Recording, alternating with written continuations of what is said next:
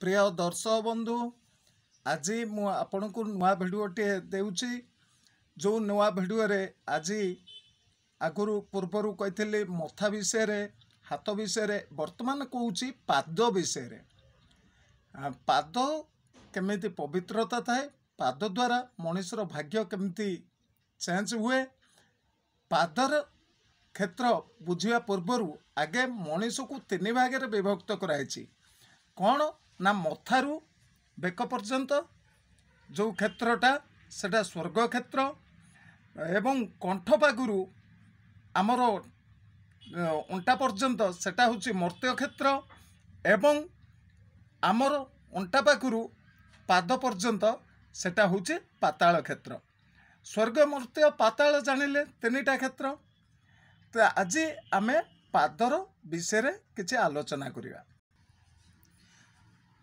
आमर प्रथमे वृद्धांगुष्ठी पाखरे ता निम्न भागरे जदि चतुष्कोण एमती चारि कोण बेष्टित जार पादरे थाए ना से लोक धन कौन सम्मान कौन एवं परिवार को सुख समृद्धि रे रखिपर मुरबी लोक। एवं जदि त्रिकोण थाए तीन कोण बेष्टित थाए एटी तीन कोण जदि थाए वृद्धांगुठीर निम्न भागरे जदि त्रिकोण चिन्ह थाए आपण तार भाग्यांक जिते जेकोसी क्षेत्र रे विद्या क्षेत्र बुद्धि क्षेत्र एवं बल बपु सबु क्षेत्र रे से सक्सेसफुल होता है।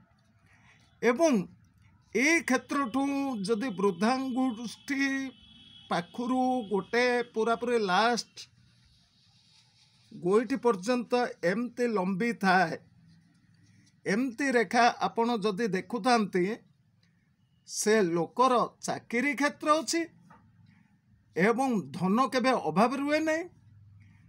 मानसिक दुश्चिंता आसिले भी सुधा संघर्ष सहित मुकाबिला करे एवं आंक पछरे बहुत शत्रु लगी थांती। आउ ए कोण रे जदि आपणकर गोटे थिबो लंगल क्षेत्र ए भलिया लंगल क्षेत्र चित्र थाए आरि भितरे आपणकर जीवन रे बहुत संघर्ष करिवे एवं लास्ट मोमेंट सक्सेसफुल हेबे। एवं आ भीतर भी शंख चिन्ह भी थाए, शंख चिन्ह भी थाए, शंख चिन्ह भी थाए, एमती शंख चिन्ह भी थाए। ए शंख चिन्ह जार थाए ना आ घर को केबे विपद भी आसी न थाए एवं जेते शत्रु लागिले लास्ट रे हारी थांती। जदि एठी गोटे फुलर क्षेत्र थिबो बा पद्मर क्षेत्र थिबो आपण देखिए पद्मर क्षेत्र थिबो से लक्ष्मीवंत स्वरूपा धन मान सम्मान पाइबो समस्ते ताको आदर करिवे।